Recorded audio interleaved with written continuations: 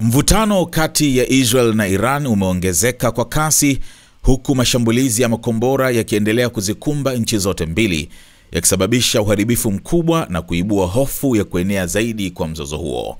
Kwa mujibu wa maafisa wa kijeshi wa Israel, makombora yaliyovurumishwa na Iran kuelekea Israel hayana uwezo wa kujigeuza angani, yani maneuverability, kinyume na madai ya Iran. Awali, shirika la habari la Fars la Iran liliripoti kuwa Israel ilishambuliwa kwa kombora la Haj Qasim Guided Ballistic Missile ambalo lilizinduliwa mwezi Mei na kudaiwa kuwa na kichwa cha vita chenye uwezo wa kujielekeza angani. Hata hivyo, jeshi la ulinzi la Israel IDF limesema kuwa makombora yaliyotumika katika siku mbili zilizopita yanafanana na yale yaliyotumika kwenye mashambulizi ya April na Oktoba mwaka 2024 na hayana uwezo wa hali ya juu wa kujigeuza au kasi ya hypersonic.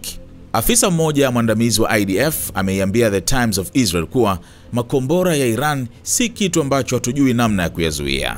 Wakati huo huo, katika eneo la Bat Yam lililoshambuliwa, hali ya kibinadamu inazidi kuwa mbaya. Kamanda wa polisi wa eneo hilo, Daniel Haddad, amethibitisha kuwa watu 6 wamefariki na 180 wamejeruhiwa, 7 bado hawajulikani walipo. Vikosi vya uokoaji vinaendelea na juhudi za kuokoa walionasa chini ya kifusi. Kuna uharibifu mkubwa hapa. Vifusi vingi vinapaswa kuondolewa ili kuwatafuta waliopotea, alisema Haddad, akiongeza kuwa majengo kadhaa yameharibiwa vibaya na makombora yenye vichwa vya vita vikubwa. Alionya kuwa shughuli za uokoaji zinaweza kuchukua siku kadhaa.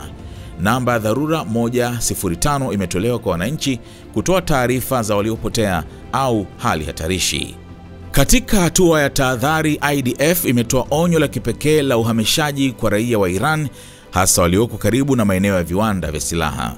Kupitia ujumbe uliochapishwa kwa Kiarabu na Kiajemi, msemaji wa IDF kwa lugha ya Kiarabu, Kanali Avichai Adrei, alisema kuwa karibu na maeneo haya kunaweka maisha yako hatarini. Kutokana na hali ya usalama, uwanja wa ndege wa Ben Gurion umefungwa kwa safari za kuwasili na kuondoka.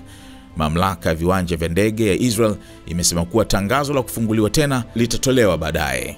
Mpango maalum wa kuwarejesha wa Israel waliokwama nje ya nchi umeandaliwa kwa ushirikiano na Wizara ya Uchukuzi, mashirika ya ndege ya Israel na mamlaka ya usafiri wa anga. Mamlaka hiyo imesisitiza kuwa safari za ndege zitaanza tena tu pale hali ya usalama itakapokuwa thabiti. Licha ya mzozo kuendelea, mipaka ya nchi kavu kuelekea Jordan na Sinai bado iko wazi kwa biashara na abiria. Katika hatua nyingine, waziri wa mambo ya nje wa Iran, Abbas Araghchi, amesema kuwa Iran haitaki kupanua mzozo huu kwa nchi jirani isipokuwa ikilazimishwa, akisisitiza kuwa mashambulizi ya kijeshi dhidi ya Israel ni hatua za kujilinda.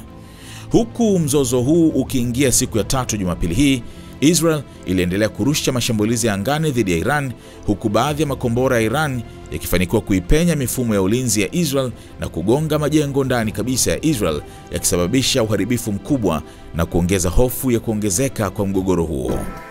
Attention! Your potential customers are watching this video. Don't miss out on the opportunity to reach them. Advertise your business alongside their favorite content and convert them into loyal customers. Contact us now at info@snstz.com or WhatsApp 0659250389 to amplify your brand to the SNS family.